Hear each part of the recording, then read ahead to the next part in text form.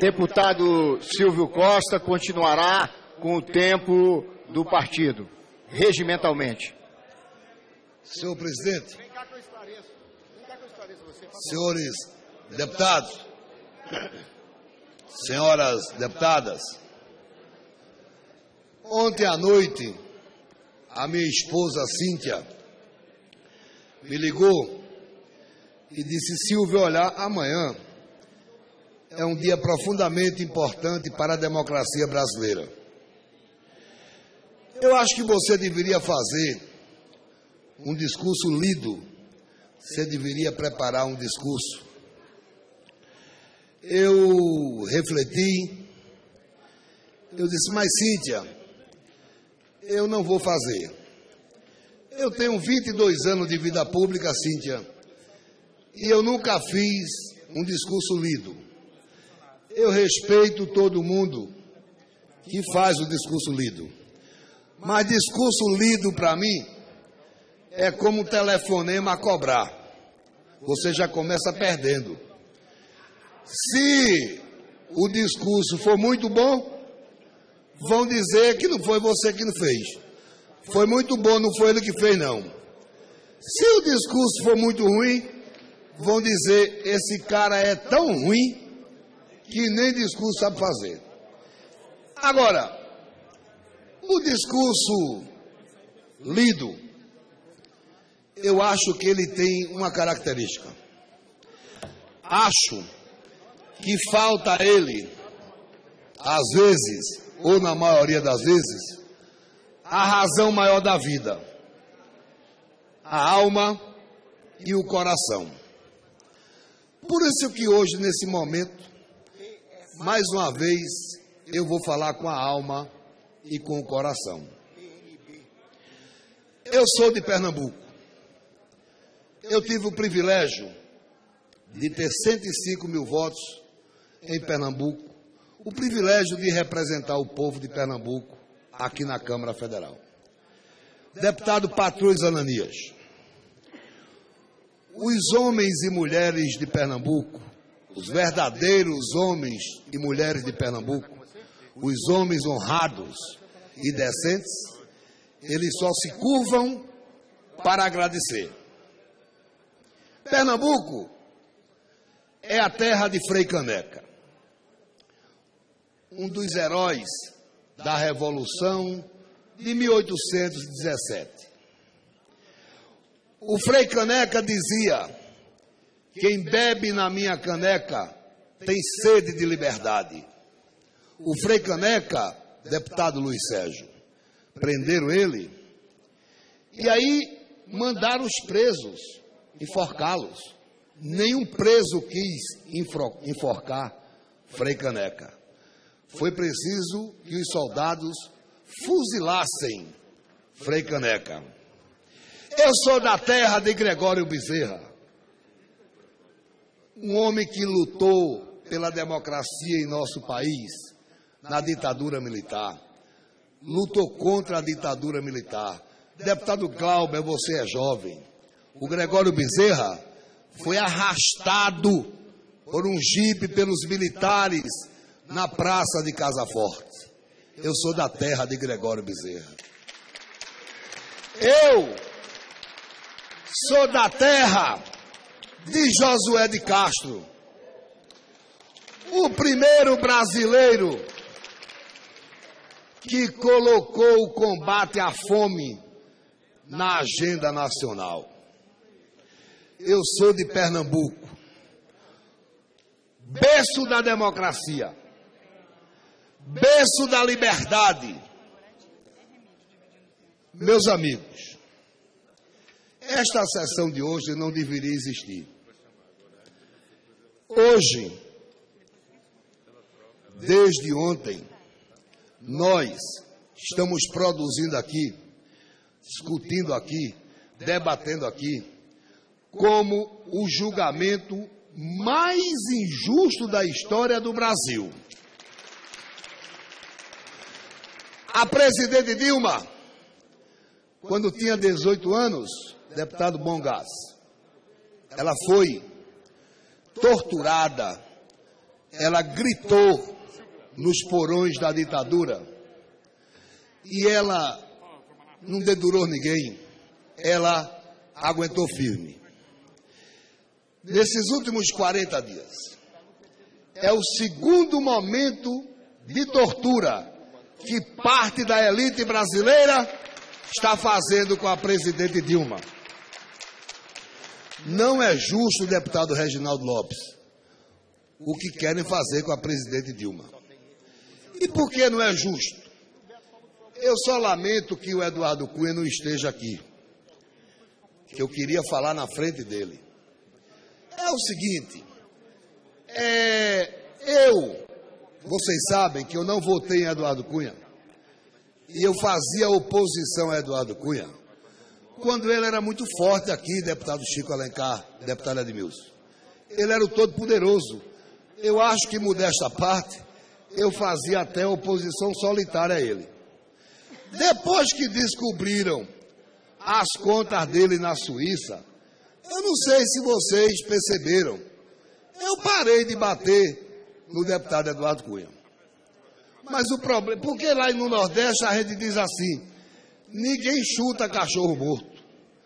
Mas hoje eu vou ter que bater, porque o cachorro continua latindo. Veja, meu neto, Silvio Costa Neto, ele tem 5 anos, deputado Adelmo. Daqui a 10 anos, ele está com 15. Algum professor de história, deputado Vadic, vai ter que explicar para ele, deputado Luiz Alberto, esses dias de hoje. Eu fico pensando assim, como é que um professor de história, Chico Alencar, você que é professor de história, vai explicar daqui a 15 anos a um jovem que um homem que já devia estar preso, um bandido, Eduardo Cunha, que devia estar preso, esse cara, devia estar em Curitiba já, ladrão, só ontem apareceu 52 milhões, um homem está presidindo uma sessão para caçar o mandato de uma mulher eleita por 54 milhões de brasileiros que não cometeu crime.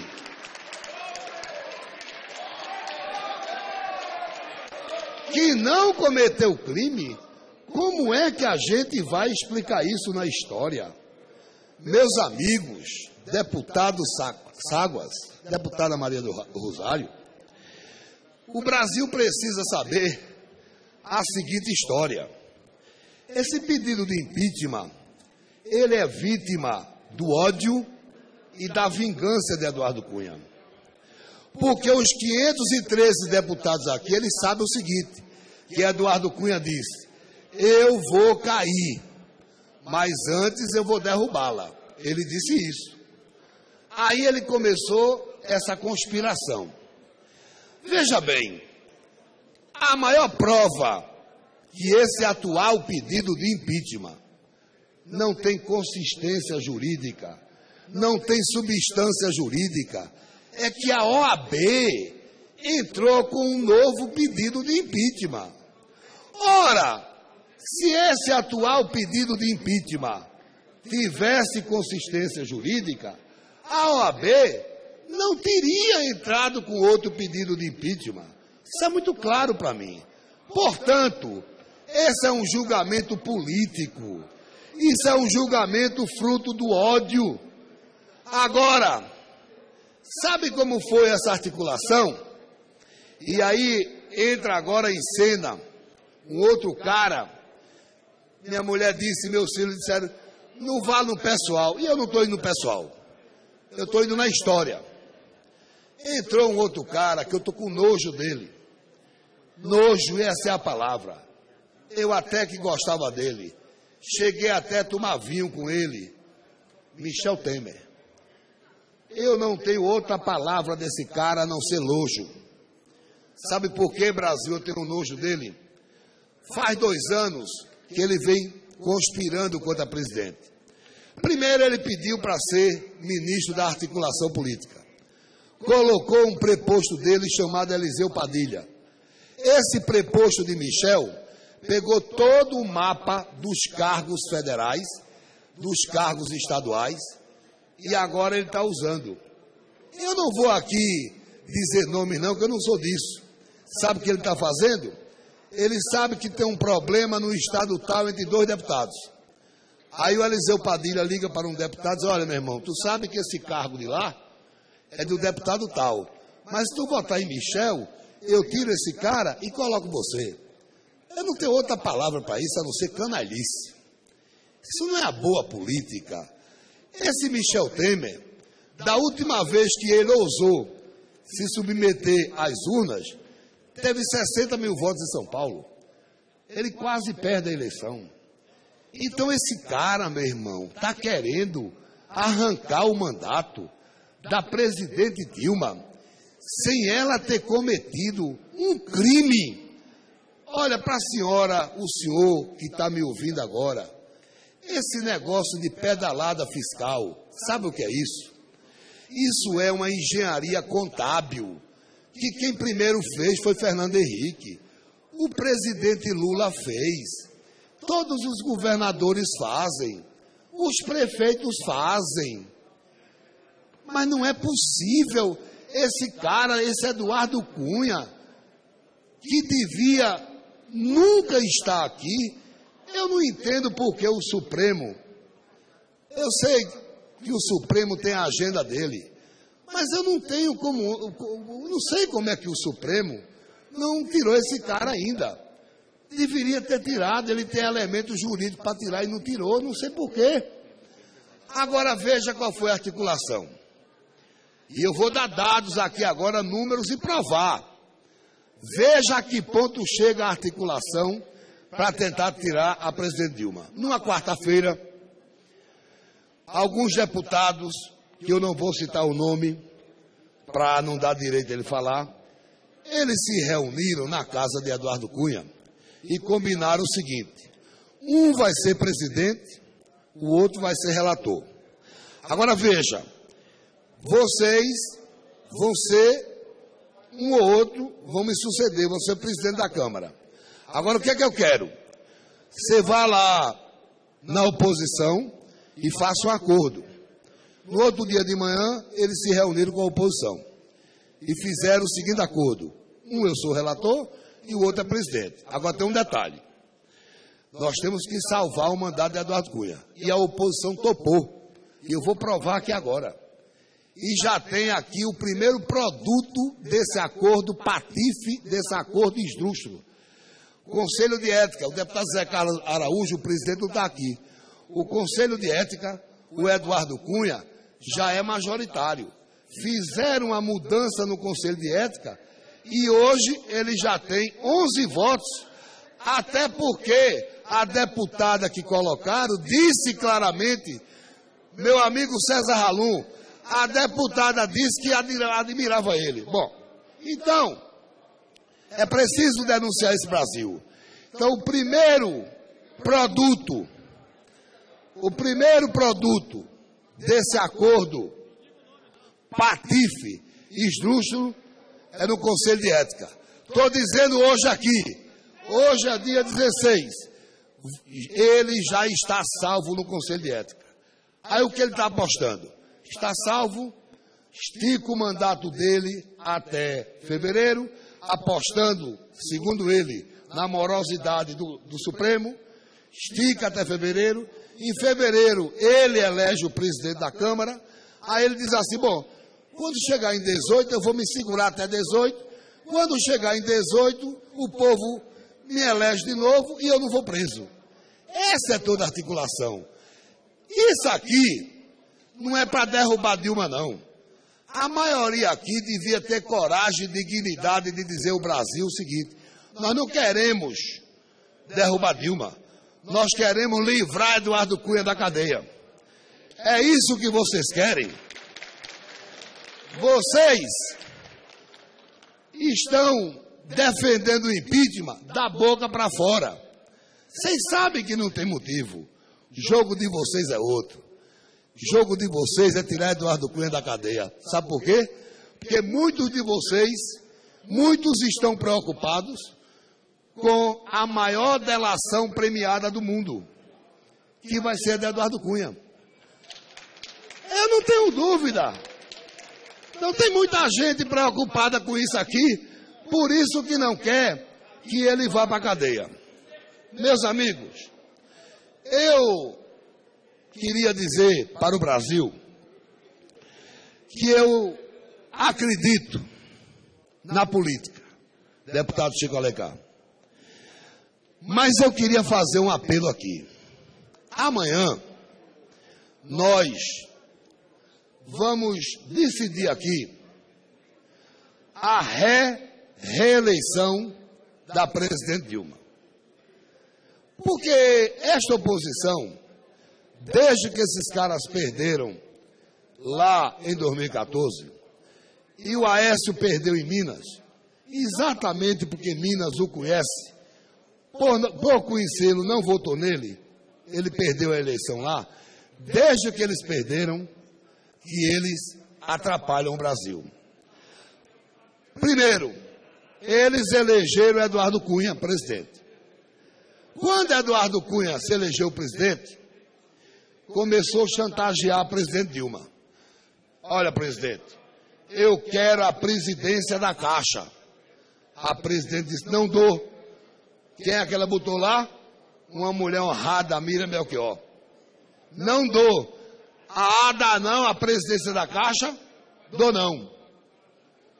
Moral da história, ele coloca a primeira pauta bomba.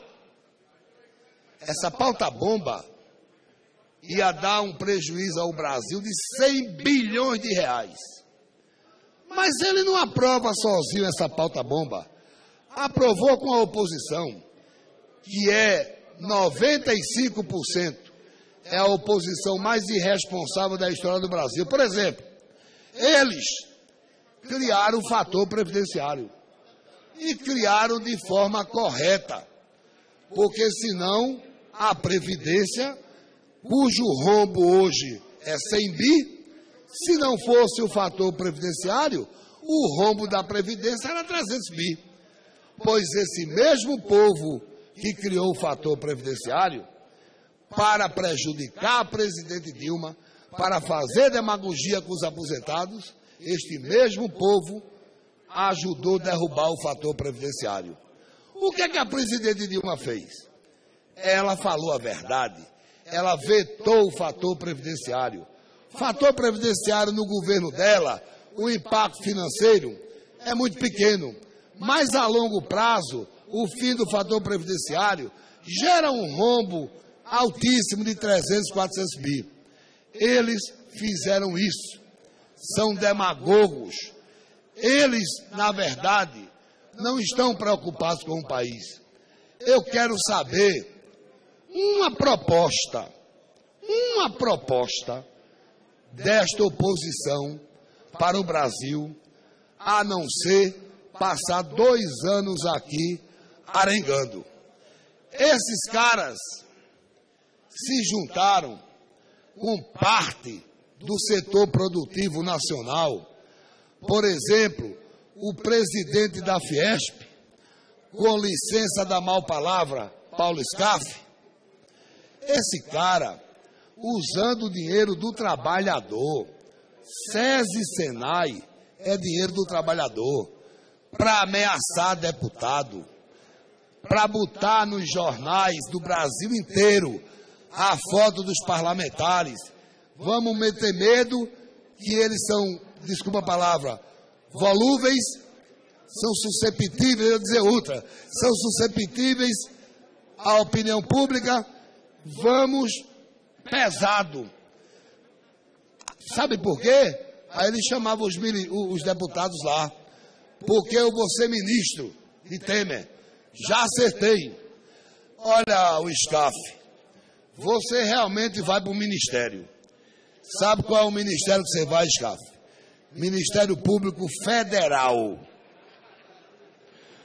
Porque para a semana, por favor, porque para a semana eu serei o primeiro serei o primeiro aí no Ministério Público pedir para investigar a origem daquele dinheiro.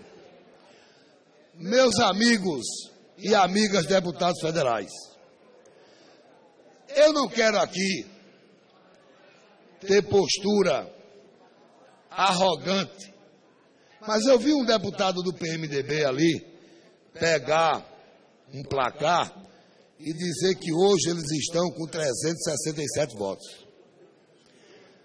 Deixa eu te falar, essa guerra de números, ela é profundamente natural. Só que amanhã nós estamos discutindo a presidência de umas 10 maiores economias do mundo, de uma das maiores democracias do mundo. Esses números da oposição são efetivamente fantasiosos, são ilações. Sabe o que é que eu vou fazer amanhã, antes de começar a votação? Que eu sei, modesta parte, cada voto a gente tem do Acre ao Rio Grande do Sul. Do Acre ao Rio Grande do Sul. Olhando no olho do companheiro. Conheço, modesta parte, 450 pelo nome. Não tenho nenhum desafeto aqui. Tem um que eu não gosto, mas não é desafeto. Conheço. Sabe quantas vezes vocês vão derrubar a presidente Dilma? Nenhuma. Sabe por quê? Ontem nós estivemos lá no Palácio, tivemos uma reunião. Houve um momento, deputado Arnon, que 85% do Brasil, deputado Paulo Teixeira, queria o impeachment. Faz uma semana que a Folha publicou que 33% não queria impeachment. Ontem uma pesquisa interna nossa, com 5 mil questionários, 48% do país não quer impeachment. Ponto. Então, algum companheiro chegar para mim e falar, Silvio, eu acho que eu não vou poder votar porque eu estou preocupado com as ruas. Essa preocupação acabou. As ruas estão divididas. É 48 de um lado, 52 do outro, porque a pesquisa não tem abstenção. A pesquisa é você a favor ou contra. É sim ou não. Então as ruas estão divididas. Eu acho assim, sabe? Nesses últimos 40 dias, eu tenho conversado muito aqui. Eu acho que eu já tive umas 2.000 conversas políticas. Porque tem deputado que eu falei 10 vezes, 15 vezes. E eu quero dizer uma coisa para vocês. Deus é um cara muito bom comigo. Muito bom. Tudo que aconteceu na minha vida eu devo a Deus. Agora tem uma coisa que Deus me tirou que me faz muita falta. Um pernambucano, um cortador de cana, o meu pai, Severino Serafim Costa. Deus me tirou ele. Eu queria muito, sabe, deputado Sola, que nesse momento ele pudesse estar sentado naquela cadeira de balanço, vendo o filho dele defender a democracia. Eu aprendi com meu pai muita coisa. Eu aprendi com meu pai que todo homem ingrato, todo homem desleal, ele é infeliz. Ele não consegue dormir. Eu aprendi com meu pai que todo homem injusto também não consegue ser feliz. Eu aprendi com meu pai que o homem covarde será sempre um covarde, nunca será um homem. Então, seu Severino Serafim Costa, o seu filho está aqui, graças ao povo de Pernambuco, para dizer que alguns ingratos, alguns desleais, alguns oportunistas, alguns istas, e cabe todos os istas nele, traidores, não vão tirar o mandato legitimado por 54 milhões de brasileiros. Não vão tirar. Agora, eu vi alguns deputados dizendo o seguinte para mim: Silvio, o governo agora vai ver uma coisa. Não empenharam minha emenda. Faz 3 meses, faz 6 meses. Vou votar contra. Outros deputados dizendo: não liberaram o meu cargo. Eu vou votar contra. Companheiro, esse tipo de deputado não devia estar aqui. Isso desabona a classe política. E aqui eu vou ter a ousadia de parafrasear um dos meus ídolos, Martin Luther King. Eu tenho um sonho que um dia o povo brasileiro acredite que a única forma de mudar o país é através da política. Eu tenho um sonho, o sonho de que as pessoas acreditem que a política, quando é feita com dignidade e, sobretudo, respeito às pessoas, é a única forma de mexer com a alma humana. Eu tenho um sonho que um dia esse país, a serviço de parte das elites, pare de banalizar a política, pare de criminalizar a política. A criminalização da política, a banalização da política, só interessa ao status quo. Política é lugar de homem de bem. É lugar de homem de bem. Mas, infelizmente, está lotada de homens de bens. Eu queria que vocês entendessem que não é o cargo que está sendo discutido. Não liberaram o meu cargo, eu vou caçá-la. Não é a emenda que está sendo discutida. Não deram minha emenda. Amigo, é a democracia. É o respeito às pessoas. É o respeito a 54 milhões de brasileiros que foram às urnas e consagraram pela Constituição, pelo voto livre e soberano, o mandato da presidente Dilma. Meus amigos, eu quero fazer um apelo para vocês. Vamos nos respeitar. Isso aqui é a caixa de ressonância do Brasil. Nós temos o privilégio de representar 204 milhões de brasileiros. A gente não pode tirar uma presidente porque a situação econômica está difícil. Realmente o país está em crise. Mas sabe por que está em crise? No primeiro mandato da presidente Dilma, a Europa, os Estados Unidos, passaram por uma crise pesada. Eu lembro que na Europa, Portugal, Espanha, Grécia, faltou dinheiro, deputado Givaldo, para pagar aposentado. A economia mundial não é uma ilha. Então é evidente que a crise de lá teve rebatimento aqui.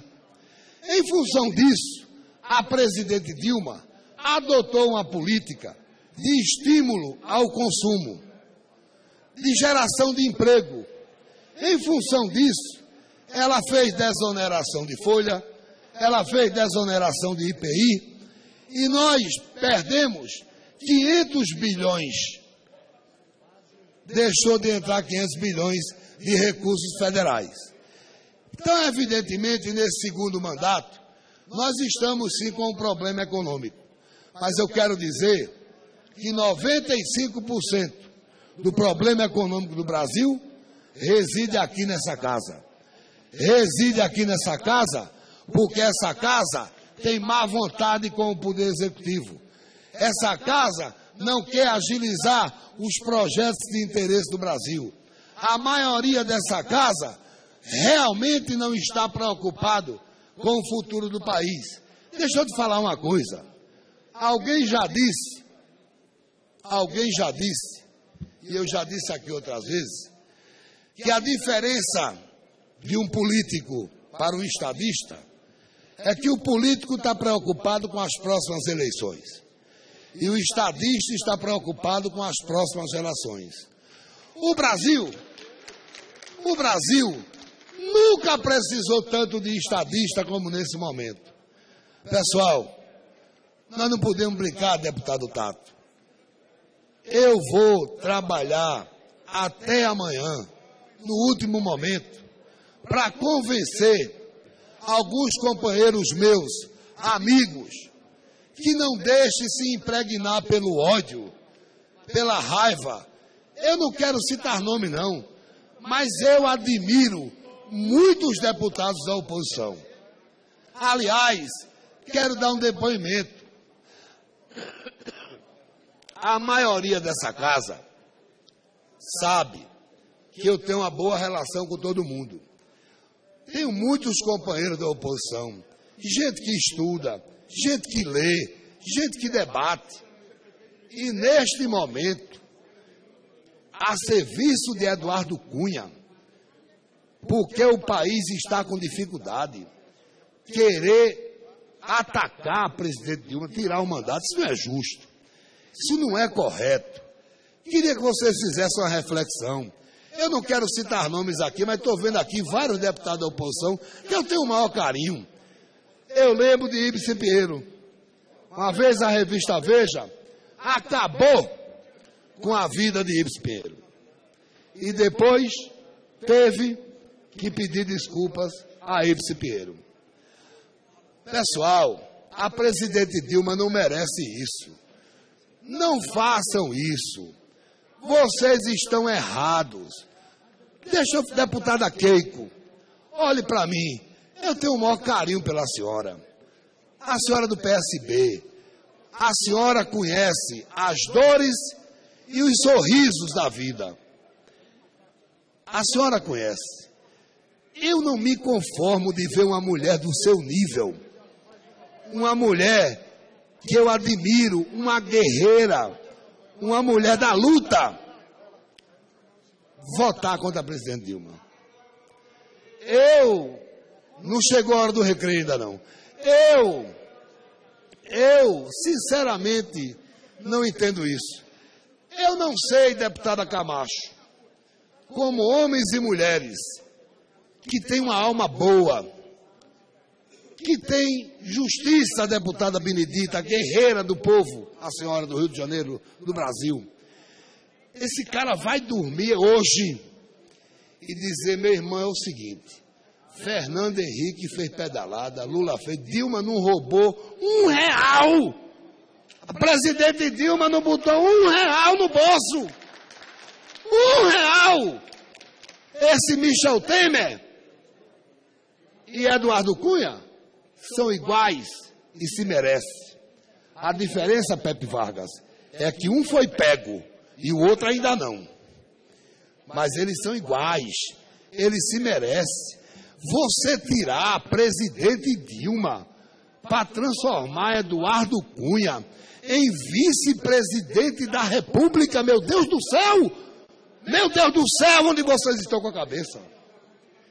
Como é que amanhã, Deus me livre, acontece um problema com Michel Temer e Eduardo Cunha vira presidente da República? É como disse um amigo meu, ele estava lá na cidade dele e chegou uma pessoa e disse, deputado, pelo amor de Deus, não deixe tirar a presidente Dilma não. Aí ele perguntou, por quê? Ele pensou que era por conta de algum programa social. Não, deputado. Ô, deputado, vocês não conseguiram tirar esse Eduardo Cunha da presidência da Câmara? Imagina da presidência do Brasil. O povo está pensando isso e o povo é sábio. Nós não podemos fazer isso, pessoal. Professor Vitório, você está de amarelo aí, eu lhe conheço. Você está constrangido. Você é homem de bem, é porque seu partido, eu conheço, Você está constrangido. Eu duvido um homem bom como você é, decente, está votando com o seu coração. Não está. O senhor está no efeito manada de alguns. Ou seja, vamos, efeito avalanche. Você está na cultura dos líderes. Você, quando está dormindo à noite, você amanhã vai se arrepender de ter dado esse voto. E o pior, seus netos, no futuro, vão dizer, vovô, por que você fez isso? E eu quero dizer uma coisa. Essa semana, esse cara da Fiesp, eu moro num prédio. Minha mulher estava com meu neto lá embaixo. E chegou um bocado, 15, 20 pessoas na frente do meu prédio, com os cartazes assim, traidor, não sei o que e tal. Meu neto perguntou, vovó, por que estão esculhambando vovô? Sabe que minha mulher respondeu? Porque vovô está fazendo bem. Veja que mulher ímpar. Porque vovô está fazendo bem. Ô, Paulo Scaff, você gasta seu dinheiro para caçar Dilma. Eu queria dizer uma coisa. Eu respeito todos os movimentos. O MBL, todos os movimentos que saem do coração das pessoas. Pode estar certo ou pode estar errado. Eu só não respeito o movimento pago. Esses movimentos eu respeito. Estão equivocados, mas eu respeito. Agora, o que não é correto é político com medo de rede social. Eu respeito a opinião pública, mas a opinião pública já condenou Jesus Cristo e absolveu um ladrão. A opinião pública já, durante muito tempo, apoiou Hitler. A opinião pública, durante muito tempo, eu vou dizer parte da opinião pública, durante muito tempo, apoiou a ditadura militar. Eu vejo alguns comentaristas de televisão que eu fico indignado. O cara começa, ontem à noite eu fui ver, teve um jornal, eu vou dizer o nome do jornal, Folha de São Paulo. Quando eu acordei de manhã, ele botou um placar, governo só tem 118. Quando foi à noite, oposição não conseguirá fazer mais impeachment. Mas a Folha eu admiro, sabe por quê? Porque ela teve a dignidade de assumir que era de oposição. Aliás, eu quero dizer o seguinte, eu acho que a função da imprensa é ser investigativa, sim, tem que investigar. Acho que a imprensa tem vocação de oposição, tem que ser. Agora, meu irmão, tem que fazer com seriedade. Tem que fazer oposição séria. Por exemplo, as revistas semanais passadas, que eu não li de agora, as 3, bateram pesado na presidente Dilma, dizendo que era um balcão de negócio, que era um shopping. Agora é interessante, nós estamos no governo e não podemos repactuar. Agora Michel Temer pode alugar, lá no Jaburu, chama os caras lá, oferecendo cargo a todo mundo, ministério, fazendo apropriação indébita, oferecendo o que não tem, e eu não vejo uma matéria pesada sobre isso. Só para desopilar um pouco, eu soube até que Michel Temer, desopilar um pouco, Michel Temer prometeu a presidência da Petrobras e todas as diretorias para o grupo de Eduardo Cunha. Prometeu a presidência de Furnas. Prometeu a presidência de Furnas e todas as diretorias ao grupo de Aécio.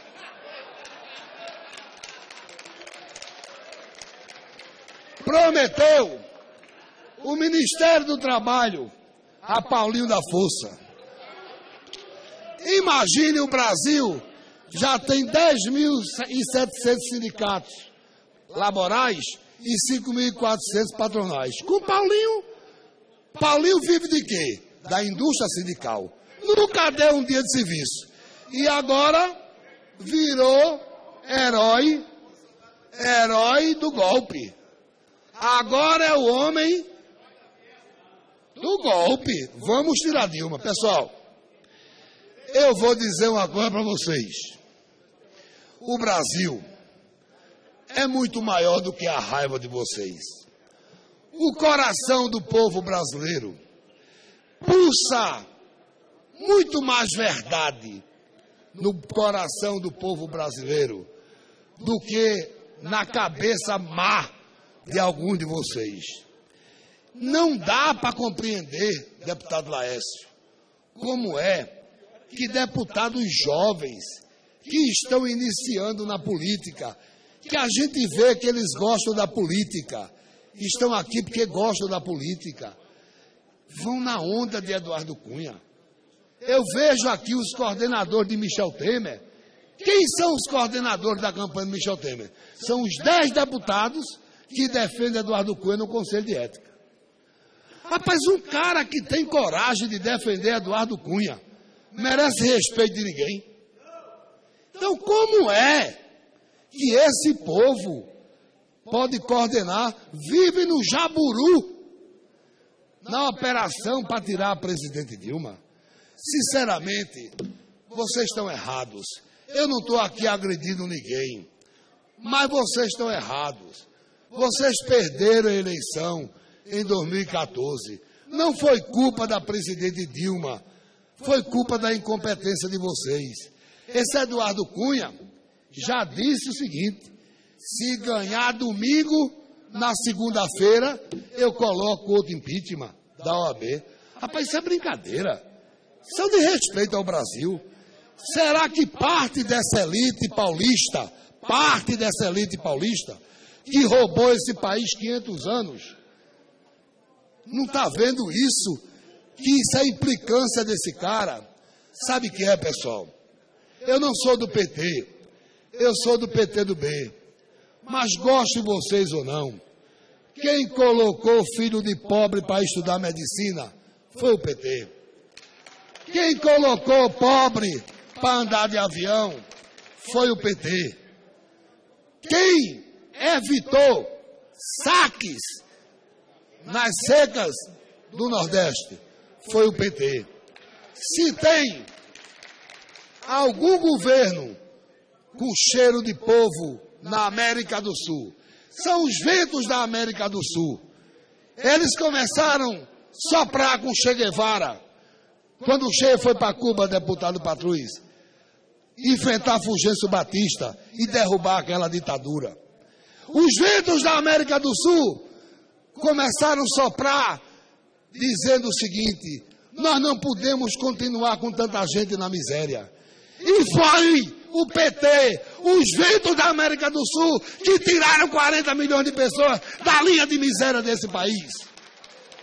Gostem vocês ou não, queira vocês ou não, foi o presidente Lula e a presidente Dilma que manteve os programas onde esse povo começou a ter cheiro de pão. É muito bom tomar uísque à noite, tomar vinho à noite e ficar discutindo programas sociais.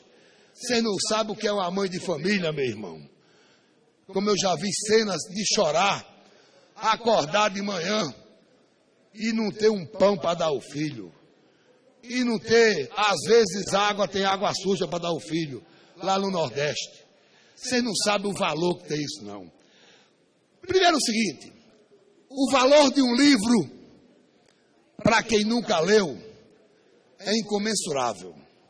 No dia que você leu o primeiro livro, você nunca leu, você se apaixona e a partir dali, você muda, você passa a ser outra pessoa. Deputado Luiz Alberto, o valor do primeiro pedaço de pão, o valor do primeiro gosto do sorvete, do açúcar, na vida de quem passa fome, muda as pessoas também. Aí essa elite chama de bolsa esmola. Esmola é o que vocês estão dando a Eduardo Cunha. Estão tirando ele da cadeia. Essa é a esmola. Estão inventando seguro cadeia. Vocês não estão aqui para tirar o mandato da presidente Dilma. Isso é um seguro cadeia para o Eduardo Cunha. Porque aqui, na hora que ele fizer a delação premiada, vai uns 30 com ele. E esses 30 estão tremendo. Então, pessoal, eu não vou dizer essa palavra não. A indignidade, com certeza, não ganhará da dignidade. A falsidade, com certeza, não ganhará da verdade. Dizem, deputado Angelim, que a política é uma ciência que Deus e o diabo inventaram ao mesmo tempo.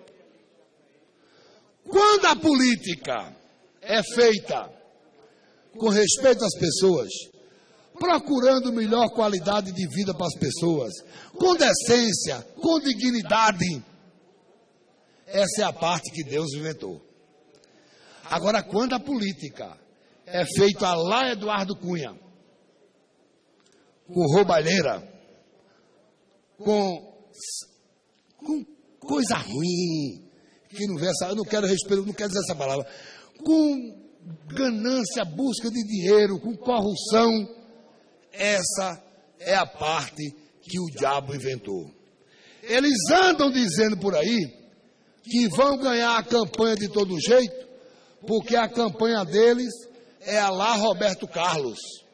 Eu disse, mas como assim? A lá Roberto Carlos. Roberto Carlos tem uma música chamada Custe o que Custar. Dizem que a campanha deles vai ser a lá Roberto Carlos.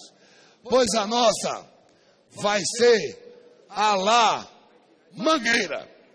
Liberdade, liberdade. Abra as asas sobre nós. Essa vai ser a nossa música que vai tocar amanhã. Mas vai tocar e vai voltar a tocar uma música que 54 milhões de brasileiros embalaram em 2014. É esta música que vai tocar aqui amanhã. É a música da liberdade. É a música da democracia. É a música da coragem. É a música da verdade. É a música da dignidade. Vamos todos juntos amanhã. Como é a música? Dilma, coração valente, força brasileira. Garra dessa gente. Vocês não vão derrubar a presidente Dilma. 95% é canalha. 95% não tem moral. Não tem dignidade. Não tem ética. 95% não tem moral. Vocês não merecem respeito. Vocês não vão derrubar uma mulher de bem. Vocês não vão derrubar. Eu quero concluir. Vou sair daqui agora. Vou sair daqui agora. E vou buscar mais voto. E vou buscar mais voto. Vocês vão ver amanhã com quantos votos se respeita a democracia. Muito obrigado, Brasil. Beijo no coração. É Dilma. Muito obrigado, nobre deputado Silvio Costa.